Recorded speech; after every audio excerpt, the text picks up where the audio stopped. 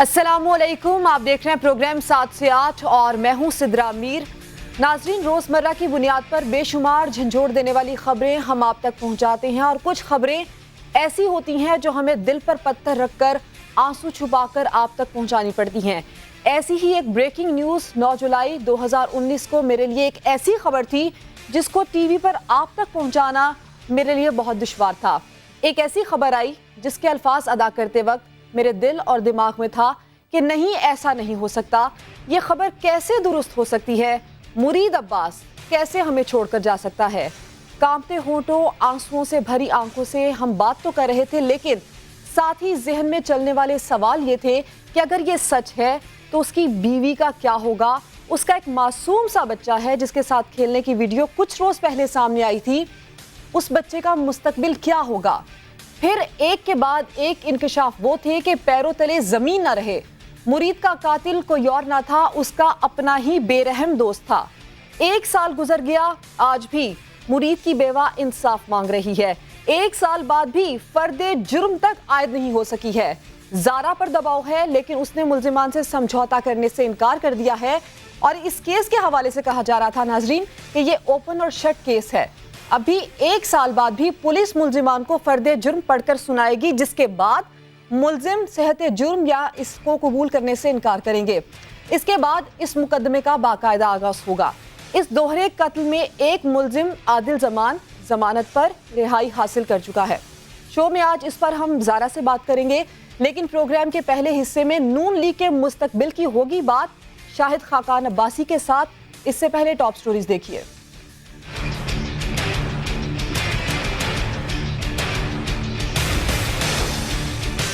नून league के 2 बड़े बीमार, नवाज शरीफ के बाद शहबाज शरीफ भी सियासी रडार से दूर। बजट इजलास हो या अहम सियासी मामलात, शहबाज शरीफ दूर दूर दिखाई देते हैं। पार्टी में फैसले कौन कर रहा है? हुकूमत में -1 के ख्वाहिशमंद अपनी पार्टी में -1 और 2 से क्यों गुरेजा हैं? जानेंगे प्रोग्राम में आज सीनियर लीगी रहनुमा शाहिद खाकान अब्बासी से। 2 दिन की बारिश के बाद शहर कायद का बुरा हाल, जगह जगह पानी के जौहर, कचरे के अंबार, सड़कों पर गाड़ियों की कतारें। 2 रोज में मुख्तलिफ हादसात के दौरान 10 अफराद लुकमाए जल बन गए। बिजली का निज़ाम दरहम बरहम, कराची वालों को इन मसाइल से निजात कब मिलेगी? मेयर कराची वसीम अख्तर से पूछेंगे।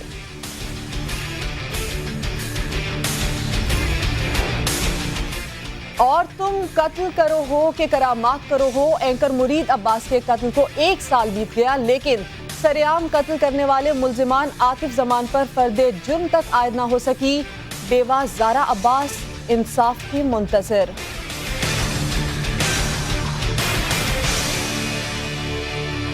तो बड़े मियाँ के बाद छोटे मियाँ की बीमारी भी नून लीग को भारी पड़ रही है। वैसे सियासत में, बिलखुसूस नवाज लीग की सियासत में खराबी तबीयत कोई नई बात नहीं है।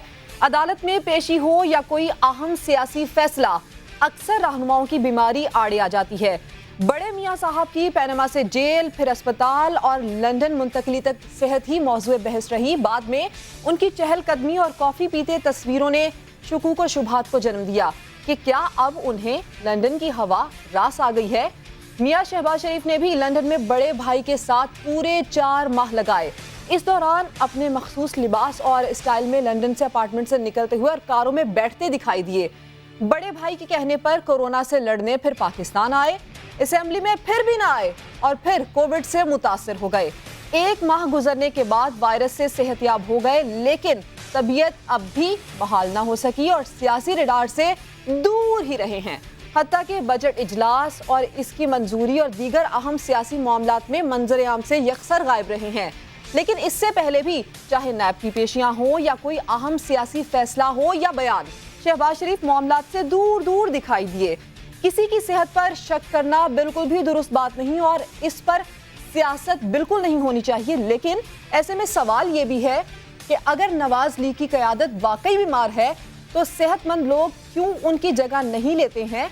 अहम फैसलों में, अहम मामलात में वो क्यों अपने लीडर्स की सेहत याबी तक मामलात के लिए मौखर किए रखते हैं? और हुकूमत में -1 के ख्वाहिशमंद अपनी पार्टी में -1 और 2 से क्यों गुरेजा हैं? इसी पर बात करने के लिए साबिक वजीर आजम और मुस्लिम लीग नून के सीनियर रहनुमा शाहिद खाकान साहब हमारे साथ मौजूद हैं। शाहिद खाकान साहब, सबसे पहले तो हम आपसे ये जानना चाहेंगे कि ये जो मज़ाहिमत की सियासत है ये ख़त्म हो चुकी है क्या? वोट को इज्जत दो का नारा कहाँ गया? क्यों नून लीग मंजर-ए-आम से गायब है? मैं आपकी चार्जशीट का बड़ा मशहूर हूँ।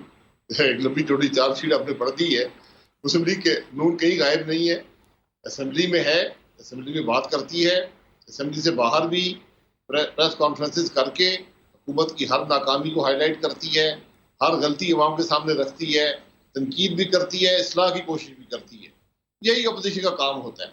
और आज मैं समझता हूँ कि हमारी सबसे बड़ी कामयाबी यही है कि लोग हुकूमत की तरफ देखने के बजाय अपोजिशन की तरफ देख रहे हैं, हमसे उम्मीद लगा कर बैठे हैं कि ये हालात को दुरुस्त करेंगे।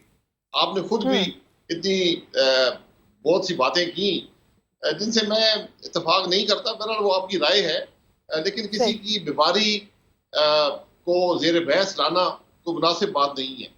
नवाज शरीफ साहब का जहाँ तक ताल्लुक है, हमने उनको हुकूमत से हटाया, हमने उनको सियासत से हटाया, हमने उनको जेल में डाला, वो मुल्क से बाहर थे, वापस आए, अपनी बेटी के हमरा और जेल चले गए। तो अब ये कहना कि उनको लंदन की हवा रास आ गई है, बड़ी नामुनासिब बात है।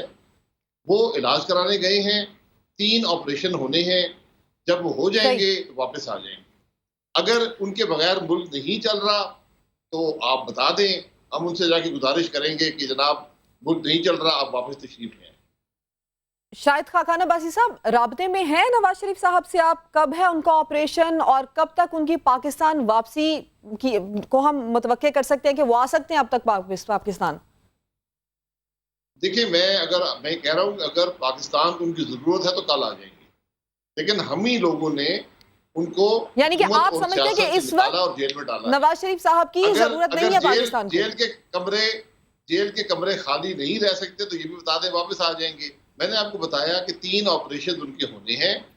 इस वक्त वहां सर्जरीज पर बैन है। जैसे ही वो हट जाएगा, वो 3 मेजर ऑपरेशन है, मामूली ऑपरेशन नहीं है, वो करवा के वो वापस आ जाएंगे। अल्लाह उनको सेहत दे। शाहिद खाकान अब्बासी साहब, अच्छा शाहिद खाकान अब्बासी साहब, आप खुद बताइएगा कि आपकी जगह अगर पीटीआई इस वक्त ऑपोजिशन में होती और आपकी बतौर हुकूमत अगर ऐसी कारकर्दगी होती जिसको आप तनकीद का निशाना भी बना रहे हैं, तो इस आइडियल सिचुएशन से तो पीटीआई बहुत ज्यादा फायदा उठा चुकी होती। इतनी ठंडी ऑपोजिशन की क्या वजह है? बिल्कुल हमारा कल्चर नहीं है किसी को गाली देना, किसी की हद तक करना, किसी के बारे में कम ज़र्फी करना, ये हमारा कल्चर नहीं है। हमें तो शाइस्तगी का सबक दिया गया है और उसी के अंदर रहते हुए हर हुकूमत की बात उठाते हैं। बदकिस्मती से ना पार्लियामेंट चलती है ना हुकूमत चलती है। तो अब तो हर रोज़ एक नया स्कैंडल सामने आता है, उसको हाईलाइट करते हैं, अवाम के सामने रखते हैं। यही अपोजिशन का काम होता है। अब अपोजिशन की एपीसी होगी, वहाँ पर तय होगा कि अब मुश्तरका लाइमल मुल्क को बचाने की बात है। हमें कोई इक़्तिदार की हवस नहीं है। इमरान खान 5 साल पूरे करे, लेकिन काम भी तो करे ना। अगर वो काम नहीं करेगा, जिस एपीसी की आप बात कर रहे हैं शाहिद खाकान अब्बासी साहब, पीपल्स पार्टी के 2 बड़ों की बैठक हुई और उस एपीसी के हवाले से आपकी जमात पर शुकूक व शुबहात का इजहार किया गया है। ये पीपल्स पार्टी की बात होगी ना, हमें उन पर भी शुबा होगा और हमें भी शक और शुबा होगा। हम आपस में इलेक्शन लड़ते हैं, लेकिन हम पाकिस्तान के लिए, पाकिस्तान की बेहतरी के लिए, मुल्क के मसाइल को हल करने के लिए मुतहद हैं। नहीं, लेकिन आपको उन पर शक होगा, उनको आप पर शक होगा, तो ऑपोजिशन कैसे मजबूत होगी? ऑपोजिशन मजबूत होगी एक नुकाती एजेंडे पर कि मुल्क की बेहतरी करनी है। हो सकता है उन्हें मेरी नीयत में शुबा हो, मुझे उनकी नीयत में शुबा हो, जो कि मैं नहीं समझता है क्योंकि बात ये हमें, हम इक़्तिदार की हवस में शाहिद साहब, यहाँ पर एक अहम पॉइंट ये है कि बिलावल भुट्टो की तजवीज करदा ऑपोजिशन की एपीसी को सबूताज करने का इल्जाम लीगी क़यादत पर लग रहा है और वो ये कह रहे हैं, वो गिला कर रहे हैं आपसे कि आप मसलहत पसंदी से काम ले रहे हैं। अगर उन्होंने गिला किया है तो मैं उनसे माजरत चाहता हूँ। एपीसी हम भी चाहते हैं। पहले शहबाज साहब बीमार थे, बिलावल साहब उनसे राब्ते में हैं। एपीसी का वक्त तय हो जाएगा, उसमें दीगर जमातें भी हैं, सिर्फ हम 2 जमातें नहीं है, सबसे मुशावरत के साथ ये बात होती है। इसमें कोई ऐसी बड़ी इख्तलाफ की बात नहीं है।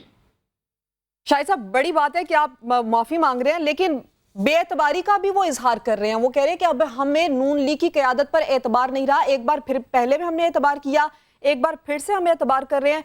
तो ये तो सरासर नाउम्मीदी है, वो उम्मीद ही खत्म कर रहे हैं आपसे। नहीं, उम्मीद बढ़ा देंगे उनकी जी। अगर उन्होंने हमसे, अगर आपसे गिला किया तो मुझे उसका इल्म नहीं है। हमसे कम से कम उन्होंने कोई गिला नहीं किया।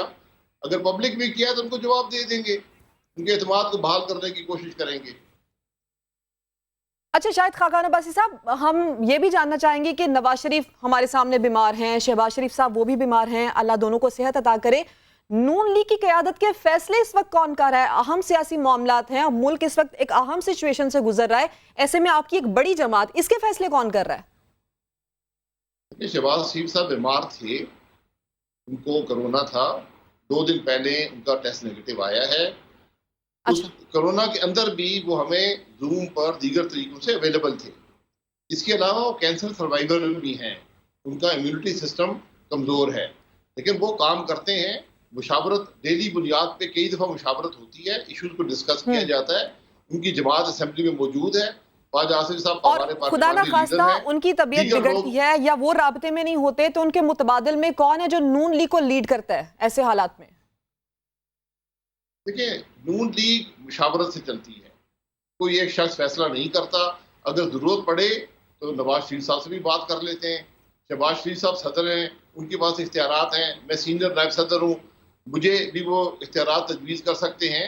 तो ये मामला हमारा इंटरनल है, बामी मुशावरत से मामला चलता है। 32 साल से तो ऐसे ही चल रहा है और अल्हम्दुलिल्लाह मैं समझता हूँ कि मुल्क के मुफाद में चल रहा है। शाहिद खाकान अब्बासी साहब, कुछ खबरें भी गर्दिश कर रही हैं, मैं जरा उस हवाले से भी आपसे सवाल करना चाहूंगी। पीटीआई से ताल्लुक रखने वाले एक विफाकी वजीर ने मुबैना तौर पर नून लीग की सीनियर क़यादत को वजीर आज़म इमरान खान के खिलाफ कौमी असेंबली में अदम एतमाद की तहरीक लाने की पेशकश की है। क्या ये खबर दुरुस्त है? ये खबर मैं इसको कोई अहमियत नहीं देता, क्योंकि जो वजीर अपने वज़ीर आज़म की पीठ पीछे छुरा घोंपना चाहे उस पर एतमाद नहीं करना चाहिए। उनको उनकी सियासत मुबारक को, हम इस किस्म की घटिया सियासत में नहीं से राब्ते में हैं। पीटीआई अरकान राब्ते हमसे करते हैं, आज के नहीं पहले से कर रहे हैं। अपनी मुश्किलात का इजहार करते हैं, अपनी सियासत की नाकामी का एतराफ़ करते हैं, अपनी हुकूमत की नाकामी का एतराफ़ करते हैं। अब्बासी साहब, अगर पीटीआई के वजीर राब्ते कभी खत्म नहीं होते, आपसे राब्ते करते हैं, अगर वो अपनी हुकूमत के हवाले से शिकायत करते हैं, गिले शिकवे भी करते हैं, तो अपोजिशन को तो अपनी बाहें खोल के रखनी चाहिए, खासकर नून लीग की जमात को अपनी पोजीशन मजबूत करने के लिए। तो ना शायद आपको पार्लिमानी जमहूरियत का इल्म नहीं है कि कैसे चलती है। पार्लिमानी जमहूरियत में जो कॉन्फिडेंस का वोट होता है वो जमात का होता है, वो शख्स का नहीं होता। अच्छा, तो इस बात को हमें इस बात का इदराक है, और यही चीज़ें जो हैं ये सियासत को कमज़ोर करती हैं। हम किसी हॉर्स ट्रेडिंग में मुलव्वस नहीं होना चाहते, हम किसी गैर जमहूरी अमल में मुलव्वस नहीं होना चाहते, किसी गैर आईनी काम में मुलव्वस नहीं होना चाहते। जो आइन के अंदर गुंजाइश है उस पर हम अपनी पूरी कोशिश करेंगे कि हुकूमत की इस्लाह भी की जाए और जरूरत पड़े हुकूमत को हटाया भी जाए। लेकिन शायद खाकान अब्बासी साहब, पंजाब में तो यही सब होता रहा ना, पीपल्स पार्टी और नून लीग के एमएनएस और एमपीएस मिलते रहे, आपस में मुलाकात होती रही, और मुलाकात किस सिलसिले में होती रही वो आपको भी पता है। नहीं, कब की बात कर रहे हैं? अब अभी ज्यादा वक्त नहीं हुआ, उस्मान बुज़दार साहब से 8 एमपीएस ने मुलाकात की। ये ना, मैं यही कह रहा हूँ, इस किस्म के लोग हैं, यही लोग सियासत को बदनाम करते हैं। तो मुलाकात 2 तरफा होती है। उस्मान बुज़दार साहब को एहतियात करनी चाहिए थी कि सियासत, अब वो सियासत खत्म हो गई हॉर्स ट्रेडिंग वाली। अब ये जो लोग हैं जो मिलते हैं ये ज़मीर फरोश हैं। ये अगर अपनी जमात के लॉयल नहीं रह सके तो बुज़दार साहब भी लॉयल नहीं होंगे। शाहिद खाकान अब्बासी साहब, यही लोग जिनको आप ज़मीर फरोश कह रहे हैं, अगले इलेक्शन के लिए अगर ये आपके पास आएंगे तो नून लीग की जमात इनको कबूल करेगी क्या? अगर मैं पार्लिमानी बोर्ड पे हुआ तो मुकम्मल मुखालफत करूंगा, लेकिन फैसला बोर्ड का होता है, उनके हक में हो गया तो ठीक है। लेकिन ऐसी सियासत को अवाम ने रद्द कर दिया। इन हजरात को मुश्किलात होंगी इलेक्शन लड़ने में। उनको अगर बहुत शौक है तो अपनी सीट खाली करें और पीटीआई के टिकट पर लड़कर आ जाएं, क्योंकि उन्होंने ये इस बात का इजहार किया है कि हम पीटीआई को बेहतर पार्टी समझते हैं। तो हमारी भी जान छूट जाएगी और उनकी भी हमसे जान छूट जाएगी। यही रास्ता अपना लें तो बेहतर होगा उनकी सियासत के लिए भी, उनकी सियासत के लिए। काफ लीग की क़यादत से राब्ते चल रहे हैं, मुलाकात हुई क्या, राब्ते में है आपसे वो? नहीं, मेरा कोई राब्ता नहीं है, लेकिन मैंने जैसे पहले कहा कि सियासत में राब्ते हमेशा रहते हैं, सियासत अच्छा, में कभी दरवाजे बंद नहीं होते। लेकिन मैं फिर कहूंगा कि हम हसूल इक़्तिदार की जंग में नहीं है, हम मुल्क के मसाइल, पाकिस्तान के अवाम के मसाइल हल करने के लिए कोशां हैं। शाहिद खाकान अब्बासी साहब, एक एक तो अपोजिशन की जानिब से, खासकर नून लीग की जमात की जानिब से हुकूमत के बारे में ये बातें की जाती हैं कि ये हुकूमत अपना वक्त पूरा नहीं करेगी या हुकूमत को ख़त्म करने की बातें की जाती हैं। दूसरी जानिब आप ये कह रहे हैं कि आप इक़्तिदार की जंग नहीं लड़ते हैं। बिल्कुल नहीं, हर कीमत पर इक़्तिदार की जंग के हम ख्वाहिशमंद नहीं है। मैं सबसे बड़ा हामी हूं कि हुकूमतें 5 साल पूरा करें, सबसे बड़ा हामी हूं। लेकिन जब ये बड़ी वजाहत से नजर आ रहा है कि एक हुकूमत नाकाम हो चुकी है, पाकिस्तान के मसाइल को हल करने के बजाय उसने मईशत तबाह कर दी, लोगों को बेरोजगार कर दिया, तरक्की रुक गई है, तो ऐसी सूरत में हम पर लाजिम है कि ये हकायक अवाम के सामने रखें, उन्हें अपने आप को मुतबादल के तौर पर पेश करें और जो भी आईनी तरीके हैं उनको उनसे हुकूमत को हटाने की कोशिश करें ताकि अवाम की भी जान छूटे और मुल्क एक नए यानी कि इलेक्शन में शाहिद जा खाकान सके। अब्बासी साहब, आपका ये कहना है कि ये हुकूमत नाकाम है, ये हुकूमत आगे चल नहीं सकती है, और उसके बावजूद भी आप ये कह रहे हैं कि आपकी ये ख्वाहिश है कि हुकूमत अपना अपना मुद्दत पूरी करे, अपना वक्त पूरा करे, अपना दौरे हुकूमत मुकम्मल करे। नहीं, आपने थोड़ा उल्टा बोल दिया।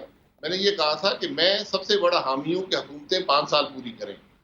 तो अब ये हुकूमत मैं बिल्कुल नाकाम हो गई है, मैं यही ये कह मेरी रही हूँ, राय लेकिन नहीं इसके है। साथ साथ आप ये भी कह रहे हैं कि ये हुकूमत नाकाम हो चुकी है। मैं सुना देता हूँ ताकि आपको हम्म, वजाहत हो जाए। मैं ये कह रहा हूँ कि ये मेरी ख्वाहिश है, मेरी हमेशा ख्वाहिश रही है हर हुकूमत के लिए कि अपनी टर्म पूरी करे, लेकिन ये हुकूमत मुकम्मल तौर पे नाकाम हो गई है। ये आज मुल्क पर एक बोझ है, हर लम्हा इसका मुल्क पर भारी है। तो उस सूरत में हम पर लाजिम है कि हम इसको हम्म। हटाएं ताकि अवाम को रिलीफ मिल सके और अवाम को एक नए चुनाव का मौका मिल सके। ये बात सिर्फ मैं नहीं कह रहा, आपके आगे पीछे कैमरामैन होंगे, इनसे पूछ लें कि ये क्या समझते हैं कि मुल्क में आज क्या होना चाहिए, ये हुकूमत रह सकती है। शाहिद खाकान अब्बासी साहब, आप मईशत की बात कर रहे हैं, जब आप वजीर आजम थे तब मईशत का क्या हाल था वो भी हम सबके सामने है, और इसी मईशत को लेकर नून लीग और पीपल्स पार्टी क्या मौकिफ रखती रही है, क्या गुफ्तगू करती रही है। मैं चाहती हूँ मैं आपको जरा एक दफा वो दिखा दूं। शाहिद खाकान अब्बासी साहब, वही मईशत जिसका इल्जाम आपकी जमात पीपल्स पार्टी पर लगाती रही, पीपल्स पार्टी उसकी तबाहकारी का इल्जाम आप पर लगाती रही, और अब वही बातें जो साबिक वज़राए आज़म किया करते थे अब इमरान खान कर रहे हैं, तो अब आप लोगों को वो बातें बुरी लग रही हैं, हालांकि वही PIA है, वही स्टील मिल्स है, वही महंगाई है। 10 साल में क्या हुआ फिर? जी मोहतरमा, बिल्कुल ये इल्ज़ाम नहीं है, ये अपोजिशन की तनकीद होती है और हुकूमत का जवाब होता है, लेकिन उसके बाद रिजल्ट्स भी आते हैं। हमने जब मईशत ली वो दिन के देख लें कि कितने कर्जे थे और मुल्क की मईशत की क्या हालत थी। जिस दिन हमने छोड़ी उस दिन देख लें। अपोजिशन तो तनकीद करेगी, हम उन पे तनकीद करते थे, वो हम पे करते थे। आज हम दोनों मिलके इमरान खान पे करते हैं, लेकिन हकायक तो उससे तब्दील नहीं होते। हकायक बड़े वाजे हैं। 31 मई 2018 को हम्म। पाकिस्तान 5.8% पे ग्रो कर रहा था, सीपैक तेजी से बढ़ रहा था, मुल्क में इन्वेस्टमेंट हो रही थी, इन्फ्लेशन 4% से कम थी, कर्जे जो थे कंट्रोल में थे, 72% ऑफ GDP थे। तो हर इकोनॉमिक पैरामीटर पॉजिटिव था। मैंने आखिरी 3 दिन में 4 प्रेस कॉन्फ्रेंसेस करके हर हकीकत अवाम के सामने रखी कि यहाँ हम मुल्क को छोड़कर जा रहे हैं। आज हालत शाहिद ये है खाकान अब्बासी कि साहब, जितने कर्जे, नवाज वो तो शरीफ मेरी साहब बात ये तो सुनिए कहते ना, रहे। आपने लंबी चौड़ी जी, आप मेरी पहले आप बात मुकम्मल कर लें। मेरी बात सुन लें, मेरी बात जी सुन जी लें। जी आपने इतनी लंबी चौड़ी तकरीरें मुझे सुनाई, मेरी बात भी करने दें। जी जी मैं मुकम्मल कीजिए। हकायक की बात कर रहा हूँ। क्या आज सीपैक चल रहा है? क्या आज रोजगार मिल रहा है? क्या आज मनफी ग्रोथ नहीं है? क्या जितने कर्जे हमने 5 साल में लिए थे ये हुकूमत 20 महीने में नहीं ले चुकी? क्या ये हकीकत नहीं है कि जो सूद की अदायगी है वो 1500 अरब से बढ़कर 3200 अरब पे पहुंच गई है? ये 1700 अरब का इजाफा हमारे पूरे डिफेंस बजट से ज्यादा है। ये सही। इजाफा हमारे हुकूमत के एक्सपेंडिचर से 4 गुना ज्यादा है। ये तबाही इमरान खान ने इस हुकूमत की, इस मुल्क की मईशत की है। इसको कोई डिफेंड नहीं कर सकता, ये झूठ से डिफेंड नहीं होगी। हुकूमत बातें नहीं करती, हुकूमत अपोजिशन तनकीद करती है, हुकूमत हकायक रखती है। आप खुद बाशऊर खातून है। आप मुझे बता जी। दें इस हुकूमत का एक मुस्बत काम मुझे इन 2 सालों में बता दें, तो शाहिद मनफी बता खान दें। अब्बासी साहब, ऑपोजिशन में आप है ना, उस वक्त की ऑपोजिशन को आप देखें जब आप हुकूमत में थे, कितनी स्ट्रांग ऑपोजिशन थी, हुकूमत पर तनकीद करती थी, जी, जमकर करती थी, हक से करती थी। हम भी यही चाहते हैं कि ऑपोजिशन यहां पर अपना किरदार अदा करे। मोहतरमा मैं कल आपको सिर्फ बजट स्पीचेस की तकारीर भेज दूंगा, आपको खुद ही समझ आ जाएगी। इससे भी सख्त बातें हुई हैं। अब तो इतना मवाद है कि रोज एक प्रेस कॉन्फ्रेंस मेरी आप प्रेस सिर्फ मैंने मेरे ख्याल को 15 प्रेस कॉन्फ्रेंसेस की हैं, क्योंकि पार्लियामेंट तो चलती नहीं है, तो प्रेस कॉन्फ्रेंसेस पे गुजारा करना पड़ता है या आपके प्रोग्राम में आके बात करनी पड़ती है। हकीकत तब्दील नहीं होगी। हकीकत इस वक्त पाकिस्तान की बड़ी तल्ख है, ये बात याद रखें, और उसका जिम्मेदार इमरान खान है। अच्छा शाहिद खान अब्बासी साहब, सिर्फ मैं ये कहूंगी कि आप ये सिर्फ अज्यूम करें, फर्ज करें थोड़ी देर के लिए कि अगले कुछ वक्त में, 3 दिन में या कुछ वक्त में पीटीआई की हुकूमत खत्म हो जाती है, वापस ये हुकूमत मिलती है मुस्लिम लीग नून को, तो आप लोग हालात ठीक कर लेंगे, कंट्रोल में आ जाएगा सब कुछ क्या 1 साल में? कोई मुआवजा नहीं होगा मोहतरमा, कोई मुआवजा नहीं होगा, ये बात याद रखें, या कोई मुआवजात नहीं है।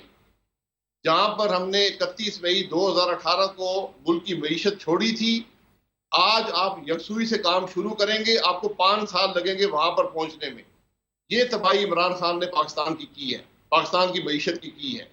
ये नलायक और करप्ट लोगों की हुकूमत है। इसने शाहिद खान मईशत साहब, तबाह मैं कर दी, मैं इसने मुल्क के माजरत इदारे के तबाह साथ मैं कर आपको यहाँ पर टोकना नहीं चाहती थी, लेकिन मैं यहाँ पर ये बात ऐड करना चाहती हूँ। खान साहब ये कहते हैं कि नून लीग मुल्की इदारों को तबाह करके चली गई है, हमारा सारा वक्त तो मुल्की इदारों के रिफॉर्म्स में लग जाएगा। जी माशाल्लाह, कौन सा रिफॉर्म किया आज तक? 5 चेयरमैन एफबीआर के बदल चुके हैं, कोई इदारा नहीं चल रहा, रेवेन्यू ग्रोथ नहीं है, हर मिनिस्ट्री में बड़े बड़े करप्शन के स्कैंडल हैं। ये इमरान खान की गवर्नमेंट है। देखिए, झूठ बोलने, जिस मुल्क का वज़ीर-ए-आज़म झूठ बोलना शुरू कर दे वो मुल्क नहीं चल सकता। आज वज़रा और वज़ीर-ए-आज़म सिर्फ झूठ बोलने में, अपोजिशन को गालियां निकालने में मसरूफ है। हुकूमत नहीं है, मुल्क की ग्रोथ खत्म हो गई, मईशत खत्म हो गई, लेकिन उनको परवाह नहीं है। शाहिद खान अब्बासी साहब, आप कह रहे हैं कि बड़े बड़े करप्शन के स्कैंडल्स हैं, एक पैनामा का स्कैंडल आया और पीटीआई ने उसको इस तरह से उठाया कि आपकी हुकूमत को जाना पड़ा। बड़े बड़े करप्शन के स्कैंडल्स हैं तो आप लोग करें ना बेनकाब। कौन सा स्कैंडल आया? एक पैनामा का स्कैंडल आया जिस पर पीटीआई ने पूरी ऑपोजिशन की, जिसकी वजह से आपकी हुकूमत को जाना पड़ा।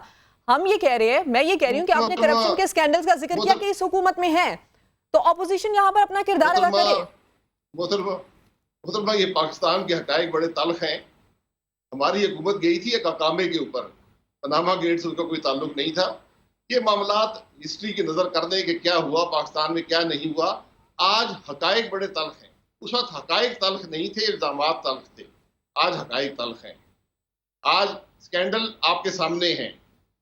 200 अरब तो चीनी में खा गए, गंदम में खा गए हैं, पोर्ट्स एंड शिपिंग में खा गए, फाइनेंस मिनिस्ट्री में खा गए, पेट्रोलियम में खा गए, पावर में खा गए, दवाइयों में खा गए। कौन सी मिनिस्ट्री है जो स्कैंडल से पाक है? तो शाहिद खान अब्बासी साहब, रोके ना, ऑपोजिशन अपना किरदार अदा करे ना। आपकी गुफ्तगू से लगता है कि मुज़ाहमत खत्म हो चुकी है। मतलब ये आपका तासुर है। मेरे पास कोई फौज नहीं है कि चढ़ाई कर दूंगा दारुल हुकूमत पर। मैं बात ही कर सकता हूँ कि आपके प्रोग्राम पे बैठा हूँ तो इसीलिए बैठा हूँ कि ये हकायक अवाम के सामने रख सकूं। तो पीटीआई जब बतौर ऑपोजिशन चढ़ाई करती थी, बतौर ऑपोजिशन जब प्रेशराइज करती थी, तो पीटीआई के पास क्या फौज थी? जी, कौन सी चढ़ाई की उन्होंने? कौन सी अकल की बात की? मुझे बताएं। एक स्कैंडल हमारी हुकूमत का वो एज अपोजिशन के सामने कर सके। आज 2 साल हुकूमत में हो गए हैं, तमाम हुकूमती रिकॉर्ड उनके पास है, एक करप्शन का स्कैंडल को आ सका है? क्योंकि था कुछ नहीं। अच्छा शाहिद खान साहब, अगर मैं आपको ये कहूं, मैं अगर आपको ये कहूं कि फिंगर टिप्स पर आप हुकूमत की नाकामियां जो ऑपोजिशन के नजर में है, जिस पर ये लगता है ऑपोजिशन को कि हुकूमत फेल हो चुकी है, हुकूमत जा भी सकती है, तो ऐसी क्या नाकामियां जो आप अभी मुझे फिंगर टिप्स पर गिनवा भी सकते हैं? ग्रोथ आ गई है मनफी, कर्जे हो गए हैं दुगने। जो हमने 5 साल में लिए थे, इन्होंने 20 महीने में ले लिए हैं। अगर ये 5 साल पूरे करते हैं, पाकिस्तान की तारीख में 2018 जो कर्जे लिए दुगने हो जाएंगे। महंगाई 4% से 13% पे आ गई है। जो स्टेट बैंक की हालत हुई है, चीनी की कीमत में 40% इजाफा हो चुका है, हुकूमत को परवाह नहीं है। गंदम की कीमत में 40% इजाफा हुआ है, हुकूमत को परवाह नहीं है। दवाइयां के स्कैंडल, एक पे एक स्कैंडल आ रहा है। बिजली के रेट कहां से कहां पहुंच गए हैं। पेट्रोल क्यों कम हुआ ये किसी को इल्म नहीं है। पोर्ट एंड शिपिंग के अंदर एक पे एक स्कैंडल चल रहा है, किसी को परवाह नहीं है। तो मैं तो इस ढूंढना पड़ता है कि कौन सा मुस्बत काम इस हुकूमत ने किया है।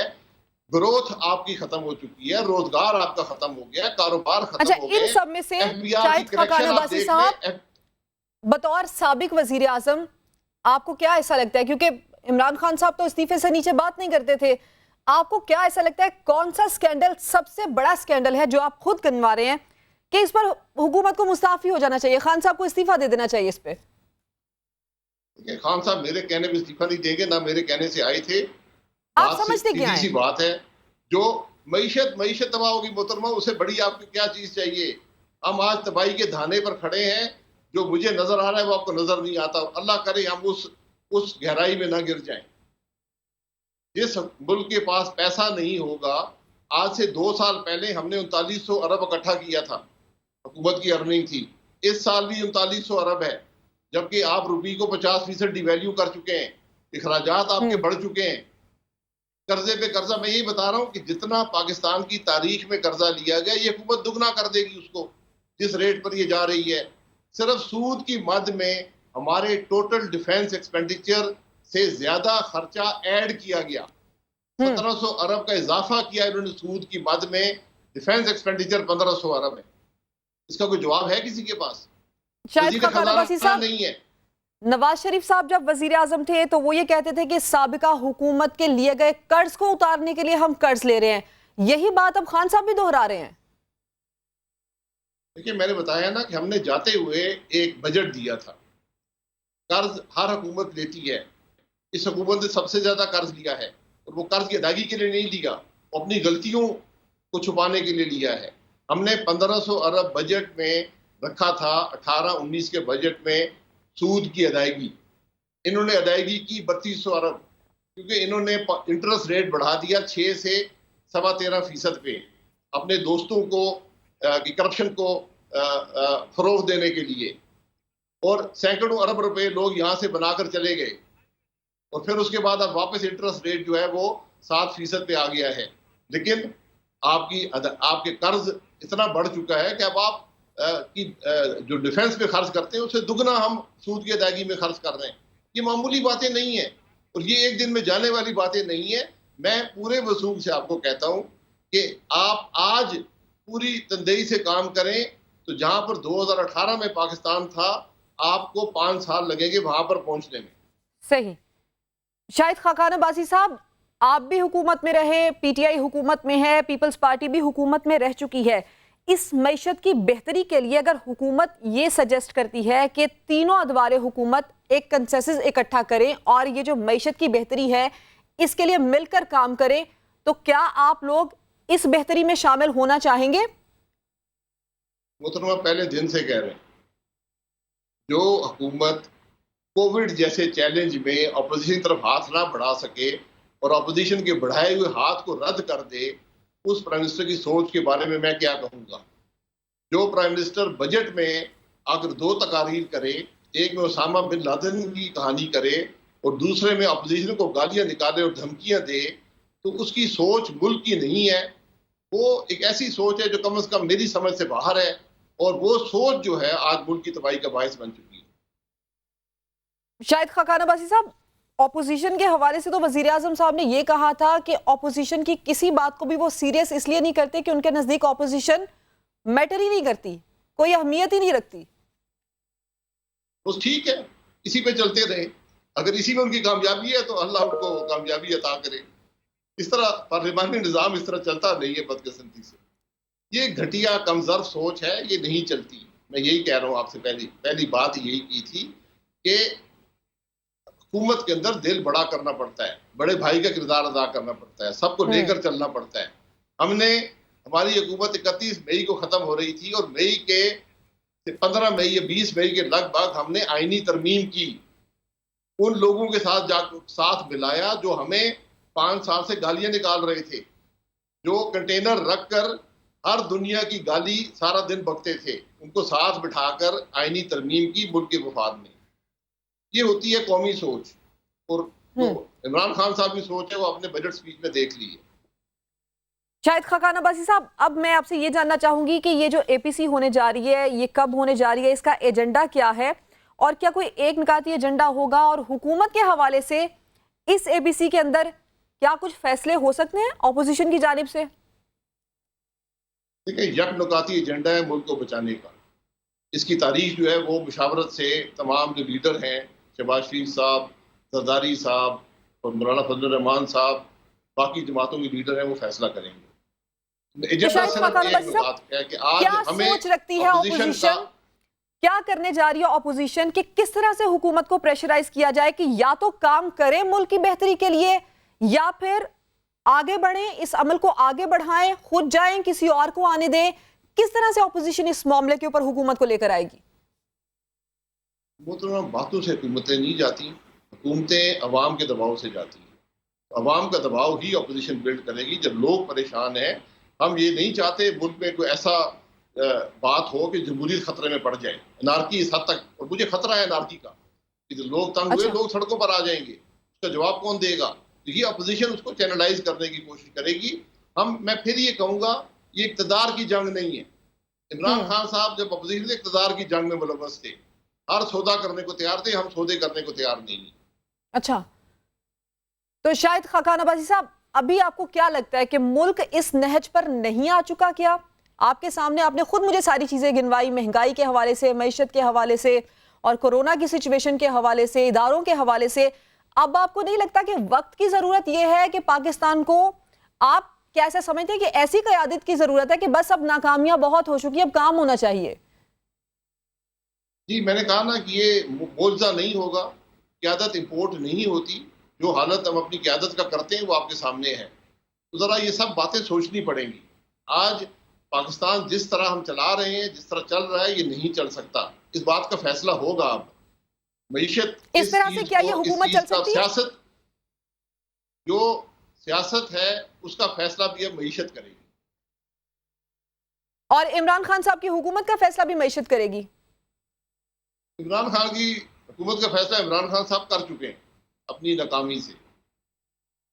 शाहिद खाकान अब्बासी साहब, आपने वक्त दिया, बहुत शुक्रिया, हर बार आपने गुफ्तगू की। नाजरीन, एक ब्रेक लेंगे प्रोग्राम में, और ब्रेक के बाद जब वापस आएंगे तो एक और अहम मामला हम आपके सामने रखेंगे।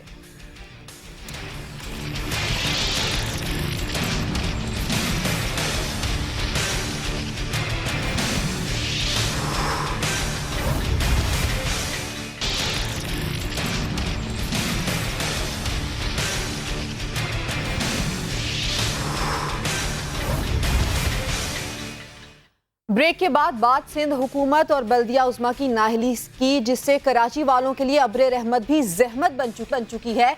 इस वक्त सबसे अहम सवाल यह है कि कराची के नाले मजीद बारिश का बोझ उठा पाएंगे क्या? वो नाले जो पहले ही कचरे का ढेर बने हुए हैं, और अर्बन फ्लड की वार्निंग के बावजूद, बार बार खबरदार करने के बावजूद, सिंध सरकार और कराची इंतजामिया ने शहर को डूबने से बचाने के लिए कोई इंतजाम नहीं किया। नाज़रीन, थोड़ी सी बारिश ने बहुत से मसाइल पैदा कर दिए हैं। शाहराहों पर जगह जगह पानी खड़ा है, नदी नालों के अतराफ गंदा पानी घरों में दाखिल हो चुका है, मगर काम होता नजर नहीं आ रहा है। मेयर कराची हस्बे मामूल पैसों की कमी का रोना रोते रहे हैं, और इसके साथ साथ वो ये भी कहते रहते हैं कि इख्तियारात नहीं है, और सूबाई हुकूमत के पास भी करने के लिए कोई नई बात नहीं है। हालांकि बल्दिया उज़्मा कराची को एनुअल डेवलपमेंट प्रोजेक्ट के तहत पिछले 4 सालों से मुसलसल फंड्स दिए जा रहे हैं। सन 2016 में 4 अरब 16 करोड़ रुपए, 2017 में 4 अरब 29 करोड़, जबकि 2018 में 2.5 अरब रुपए जारी किए गए हैं, जबकि रवा साल भी अब 62 करोड़ रुपए जारी हो चुके हैं। ये पैसे कहां जा रहे हैं? अगर खर्च होता है तो ये नजर क्यों नहीं आता? समा के नुमाइंदे अली हफीज हमारे साथ मौजूद है, उनसे बात करेंगे। अली, बताइएगा, फंड्स जारी हो जाते हैं अरबों में, करोड़ों में, उसके बाद भी शहर के नदी नालों का यही हाल नजर आता है। ये पैसा खर्च नहीं होता तो जाता कहाँ है फिर?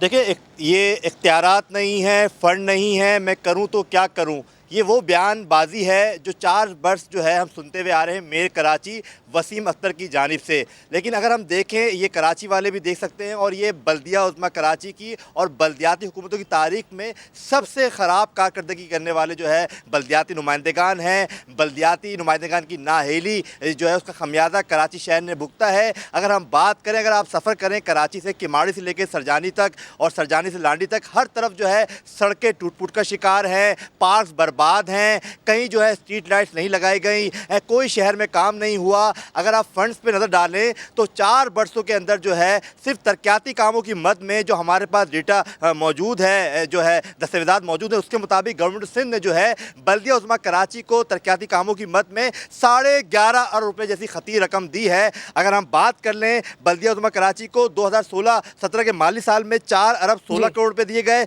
2017-18 में 4 अरब 29 करोड़ रुपए दिए गए, 2018-19 में जो है 2.5 अरब दिए गए, और रवा साल जो माली साल चल रहा है उसमें 62 करोड़ रुपए अभी तक जो है केएमसी के अकाउंट में जा चुके हैं। ये पैसे कहाँ गए? लूट मार हुई, करप्शन हुई। कराची वाले सवाल करते हैं, बल्दियाती एक्ट 2013 में जब तरमीम हुई तो एमकेएम और पीपल्स पार्टी ने मुश्तरका तौर पे जो है तरमीम की हिमायत की। अब जब लोकल गवर्नमेंट का इलेक्शन हुआ 2015 में, सब मालूम था एमकेएम को कि क्या इख्तियारात है मेयर के पास।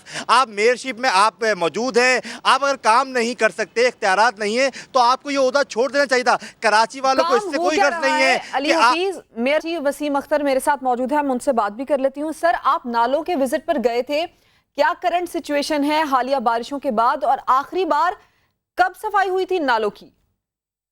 इस बार जो नाले साफ हो रहे हैं ये जून 2018 के बाद हो रहे हैं। उससे पहले वाटर कमीशन के ऑर्डर्स पे कराची के नाले हमने 40 साफ किए थे, और हमें सिंध गवर्नमेंट ने 50 करोड़ रुपए दिए थे। देने थे उनको तकरीबन 1 अरब 20 करोड़ रुपए। उसके बाद से आज तक नाले साफ नहीं हुए थे। अब जब मॉनसून आया और एनडीएमए की वार्निंग भी आई, उससे पहले भी मैं गवर्नमेंट को लिख चुका हूँ, बहुत दफ़ा रिमाइंडर भेज चुका हूँ कि बैलेंस जो पैसे हैं, कोई 70 करोड़ तकरीबन रुपए, वो केएमसी को दें ताकि हम नाले मजीद साफ कर सकें। मगर मुझे वो अमाउंट केएमसी को नहीं मिला। सीएम साहब ने एक मीटिंग कॉल की जिसमें वर्ल्ड बैंक के भी लोग थे, चन्ना साहब, और लोकल गवर्नमेंट के मिनिस्टर्स भी थे, सेक्रेटरी भी थे, और केएमसी के भी लोग थे। तो तय ये पाया कि वर्ल्ड बैंक जो है वो सिंध गवर्नमेंट को तकरीबन 1 अरब कोई 1.25 अरब रुपया देगा फॉर 45 डेज के 38 नाले साफ हो जाएं। कोई 1 हफ्ता हो गया है, ये शुरुआत हो गई है नालों की सफाई के लिए। मगर आज मैं गया था गुजर नाला को 2-3 पॉइंट्स मैंने विजिट किए। मैंने फिर मिनिस्टर साहब से भी फोन पे बात की कि जो मशीनरी लगी हुई है ये काफी नहीं है।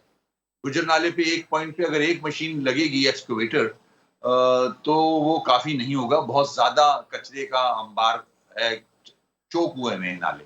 तकरीबन कराची 16,000 टन कचरा जनरेट कर रहा है इस वक्त, और जो लैंडफिल साइट पे जा रहा है वो कोई 8,000 जा रहा है। तो आधा कचरा जो है अभी भी कराची में नालों में इधर उधर शहर में वसीम अख्तर साहब, बरसाती नाले बारिशों की आमद से पहले साफ हो जाने चाहिए, लेकिन कराची में ऐसा नहीं होता है, बाद में ही यही नाले साफ होते हैं, कचरा वबाले जान बन जाता है। ऐसा क्यों होता है बाद में? हर साल ये पैसे रिलीज हुए हों, मैं जब से मेयर बना हूं मुझे एक दफा ये 50 करोड़ रुपए मिले जो कि मैंने पूरे साल इस्तेमाल किए। कराची का सीवरेज इन नालों में डाल दिया जाता है, नाले चौक हो जाते हैं। गवर्नमेंट ऑफ सिंध की जिम्मेदारी बनती है कि वो नालों से सीवरेज को अलग करे, उसका डिस्पोजल बेहतर करें और कचरे का डिस्पोजल बेहतर करें ताकि कचरा नालों में ना आए। हर साल आप पैसे देते रहेंगे, वक्ती तौर पे साफ होगा, 2 हफ्ते में वही कंडीशन होगी। अभी जो नाले साफ करने जा रहे हैं हम इमरजेंसी बेसिस पे, क्योंकि फोरकास्ट है बारिश की, तो ये 45 दिन में साफ करने हैं 38 नाले।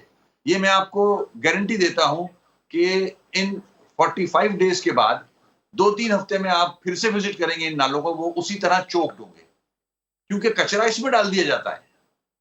सॉलिड वेस्ट मैनेजमेंट बोर्ड जो है वो अगर कचरे का डिस्पोजल बेहतर कर ले, गवर्नमेंट ऑफ सिंध मैनेज कर ले इसको, तो वो है सोल्यूशन परमानेंट। ये परमानेंट सोल्यूशन नहीं है ये पैसे का ज़िया है मेरी अच्छा नज़र। वसीम साहब, ये बताइएगा कि इस वक्त आपको कितनी मशीनरी दरकार है, और अगर ये रिक्वायरमेंट आपकी पूरी हो जाती है तो क्या ये हालिया स्पेल निकल सकता है?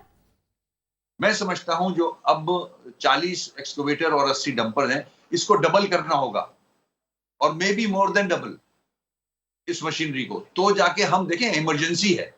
अचानक वर्ल्ड बैंक ने आके और गवर्नमेंट ऑफ सिंध ने आके सपोर्ट किया कि ये केएमसी के नाले साफ कर दिए जाएं, मगर उस पैसे से जो कि 1.25 अरब रुपया बनता है, उसको सही तरह अगर यूटिलाइज करना है और उससे फायदा उठाना है तो हमें मशीनरी बढ़ानी पड़ेगी, डबल से ज्यादा करनी पड़ेगी, ताकि हम उस इमरजेंसी को। वसीम अख्तर साहब, ये भी मैं आपसे जानना चाहूंगी कि कराची के लिए वर्ल्ड बैंक कितनी रकम दे रहा है, और सिंध का सालाना तरक्याती फंड जो केएमसी को दिया गया था वो कहां पर खर्च हुआ था?